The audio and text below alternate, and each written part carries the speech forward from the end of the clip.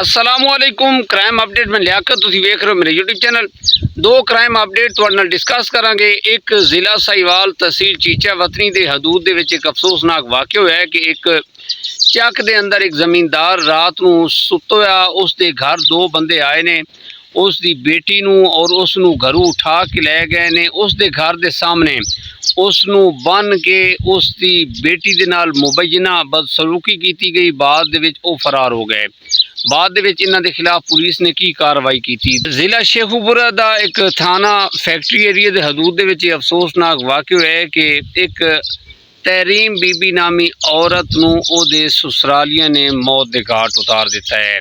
की वजह बनी सी, उन्होंने इस दे नाल इस तरह की गलत हरकत क्यों की है। ये दोनों जिहड़े अफसोसनाक वाक़े होए ने तुहाडे नाल डिस्कस करेंगे। साडे चैनल सबसक्राइब करो, बैल आइकन बटन प्रेस करो और कमेंट दे विच इज़हार ख्याल लाजमी करना जी। दोस्तों जिहड़ी जराइम की रेशो है वो वधदी जा रही है। पुलिस इन जराइम पेशा अफराद के खिलाफ कार्रवाई कर रही है, लेकिन समझ इस गल की नहीं आ रही कि ये जिहड़े जराइम पेशा अफराद ने इस तरह दी गलत हरकतां क्यों करते हैं। उन्होंने पता होंदा है कि साडे नाल बाद दे विच साडे खिलाफ जिहड़ी कार्रवाई होनी है उहदे बारे भी उन्होंने पता होंदा है, लेकिन जानबूझ के इस तरह दी गलत हरकत करते हैं। जिला साहिवाल तहसील चीचा वतनी दा एक नवाई पिंड है चक 108-12L।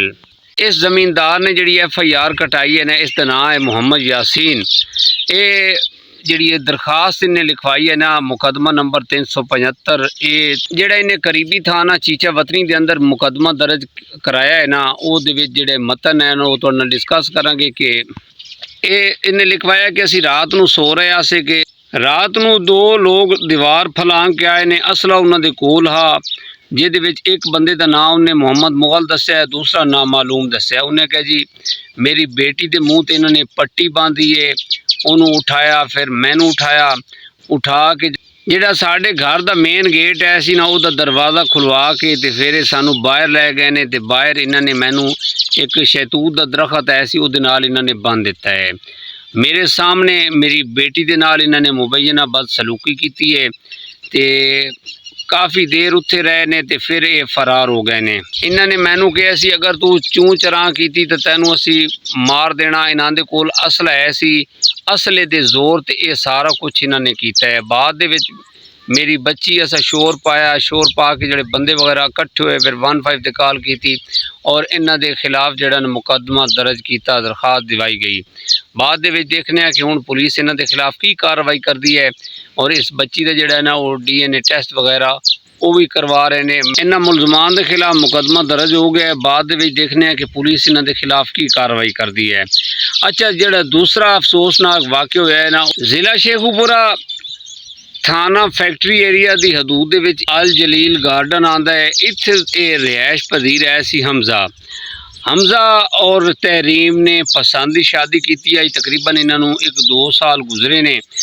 जदों हमजा ने शादी कर ली ना इस तहरीम नामी लड़की दे नाल, तहरीम नूं पहले दसदा कि मैं कुआरा, मैं कोई शादी वगैरह नहीं की हुई। जदों तहरीम आई, इन्हें अपनी जनाब जी पहली बीवी है सी सलमा, उस दे नाल इन्हें कहा हमजा ने कि तू रिहायश रखनी है।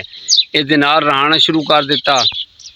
हमजा दी पहली बीवी दे विचों 2 बेटियां और एक बेटा है सी। इस दी जिहड़ी बीवी है सी ना वो तहरीम नूं अच्छा नहीं सी समझदी, अच्छा नहीं जानदी। इस तहरीम बीबी दे नाल जिहड़ा उहदा रवैया है सी ना वो गलत है सी। उस दे नाल वो अच्छा चाल चलन नहीं रखती सी। हर वक्त उन्होंने मारदी वगैरह रहिंदी सी, गल्लां सुनाणियां इस तरह करके ना करदी रहिंदी सी। हमजा जिहड़ा है वो चुप रहिंदा सी। हमजा चुप रहिंदा। बाज़ औकात जनाब अपनी जिहड़ी पहली बीवी आई उसका साथ दे के इसनूं मार पीट करते रहंदे हैं। ये बड़ी तंग आई। ये 6 महीने की हमला आई। एक दिन इन्हें तंग आके अपनी वालदा नूं दसदी आई। एक दिन इन्हें आके कहा कि बर्दाश्त तू बाहर हो गया है अम्मी के हर वक्त मैनू जिहड़ा ना डांटदा रहिंदा है हमजा, और इसदी जिहड़ी बीवी पहली बीवी है ना सलमा वो मैनू मारदी रहिंदी है। लिहाजा तुसी मेहरबानी करो मैनू आके लै जाओ। यदी वालदा ने उन्होंने बड़ा समझाया कि बेटा तू बर्दाश्त कर, सबर कर, मैं कल तेरे को आवांगी। हमजा ने तहरीम बीबी नूं बड़े सुहाने ख्वाब विखाया। शादी तो पहले उसनूं बड़ा कुछ उन्हें प्यार दिता, मैं इंज करांगा, मैं ये करांगा, मैं वो करांगा। ਉਹ ਸਾਰੇ ਖਾਬ ਜਿਹੜੇ ਨੇ ਉਸ ਦੇ ਚਿਕਨਾ ਚੂਰ ਹੋ ਗਏ ਔਰ ਉਹ बेचारी हर वक्त ਜਿਹੜੀ ਨਾ ਇਸੇ ਪਰੇਸ਼ਾਨੀ ਦੀ ਹਾਲਤ ਵਿੱਚ ਰਹਿੰਦੀ ਹੈ ਕਿ ਮੇਰਾ ਕੀ ਬਣੇਗਾ। ਰਾਤ ਨੂੰ 11 ਵਜੇ ਉਸੇ ਦਿਨ ਜਿਸ ਦਿਨ ਉਹ ਆਪਣੀ ਵਾਲਦਾ ਦੇ ਨਾਲ 4 ਵਜੇ ਗੱਲਾਂ ਬਾਤਾਂ ਕਰਦੀ ਰਹੀ ਨਾ, ਉਸੇ ਰਾਤ ਹਮਜ਼ਾ ਔਰ ਜਿਹੜੀ ਇਸ ਦੀ ਪਹਿਲੀ ਬੀਵੀ ਹੈ ਸਲਮਾ, ਇਹਨਾਂ ਨੇ ਪਲਾਨੇ ਕੀਤੀ ਹੈ। ਜੋ ਇਹਨਾਂ ਨੇ ਕੀਤਾ ਕਿ ਉਹ ਰਾਤ ਨੂੰ किचन ਦੇ ਵਿੱਚ झुलसी गई, काफ़ी झुलस गई। उन्होंने जदों देखा कि इसकी हालत काफ़ी ख़राब है, हमजा ने इस तहरीम बीबी के मामू नूं फ़ोन किया काशिफ नूं कि किचन दे विच झुलसी गई है, आतिशज़दगी का शिकार हो गई है तहरीम बीबी, ते तुसी आ जाओ। काशिफ तहरीम की वालदा नूं नाल लैके रात नूं जदों पहुँचे ने, उन्होंने आके जदों देखा है कि उसकी हालत जिहड़ी आई ना उसकी हालत जिहड़ी आई ना वेखण दे काबिल ही नहीं सी, उसकी मौत वाक़ हो गई आई।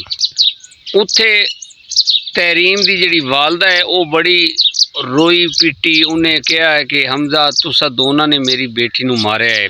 फिर बाद दे विच थाना फैक्ट्री एरिया जाके इन्हां दे खिलाफ उन्होंने दरखास्त दे दी। उन्हें के 4 बजे मैनू वो दस रही है कि मेरे नाल इन्हां दा जिहड़ा रवैया है वो ठीक नहीं है, मैनू हर वक्त मारदी रहंदी है सलमा। हमजा नूं ही पता है, हमजा बाज़ दफ़ा उसका साथ दे के ते मैनू मारदा है। ये SHO साहब नूं ने सारी गल दसी तहरीम दी वालदा ने कि मैं उन्होंने कहा बेटा मैं तेरे कोल कल आवांगी। रात ही नहीं गुजरी ते रात दे विच ये वाक़या हो गया है। SHO साहब ने इस संगीन नोयत का जिहड़ा मुकदमा है दर्ज कर लिता इस हमजा के खिलाफ और इसकी जिहड़ी बीवी सलमा इन्हां दे खिलाफ। हुण देखने हैं कि पुलिस इन्हां दे खिलाफ की कार्रवाई करती है। कितना बड़े अफसोस की गल है कि उन्हें अपने माँ प्यो नूं छोड़िया, अपने घर छोड़िया और इस दे नाल शादी की, लेकिन इस घटिया ज़हन दे बंदे ने उस दे नाल की रवैया अपनाया। 6 महीने की हामला है इसी तहरीम बीबी जी। दोस्तों ये जिहड़े हुण 2 वाक़यात तुहाडे नाल डिस्कस कीते ने, हुण इन्हां दे खिलाफ की कार्रवाई करनी चाहिए है। अच्छा बाद जिहड़े बंदे ने वो कहंदे ने CCD बर वक्त कार्रवाई करके ने उस टाइम फैसला कर देनी है। हुण तुसीं देख रहे हो कि एक बेचारी अपना घर बार, अपने वालिदैन, अपने अजीज़ व अकारब छोड़ के उहदे इश्क दे विच मुबतला हो के उहदे नाल शादी कर रही है। कुछ अरसा बाद साल 2 दे विच विच उहदी जिंदगी दा इख्तिताम हो वैंदा बड़े बुरे तरीके दे नाल। कि आया वो कितने एक चांदी आई हमजा नूं ते हमजा ने उस दे नाल की कीता। और वो जिहड़ा साहिवाल दे विच वाक़ होया है जमीनदार दे घर दे वो फलां के उन्होंने यह गलत हरकत की है। जी दोस्तों जराइम वधदे जा रहे हैं, उन्हां दा जिहड़ा ना कंट्रोल इस साडे इस कानून नूं करना चाहिए है और इस कानून दा सानू साथ देना चाहिए है। कोई इस तरह का काम तुहानू नज़र आता है कि गलत हो रहा है या गलत हो चुका है तो बर वक्त 15 ते कॉल करो, CCD हेल्पलाइन ते कॉल करो ताकि पुलिस बर वक्त कार्रवाई करे और इन्हें जराइम पेशा अफराद के खिलाफ कार्रवाई करे और इन्हों कैफी किरदार तक पहुँचाए। कल नूं हो सकता कि यही जिहड़े जराइम पेशा अफराद ने इन्हां दा अगला टारगेट असी ना हुई हो। इस पैगाम दे नाल सानू इजाज़त दो। अपना ढेर सारा ख्याल रखना, कमेंट दे विच इज़हार ख्याल लाजमी करना। मुलाकात होएगी अगले व्लॉग दे अंदर। खुदा हाफिज़।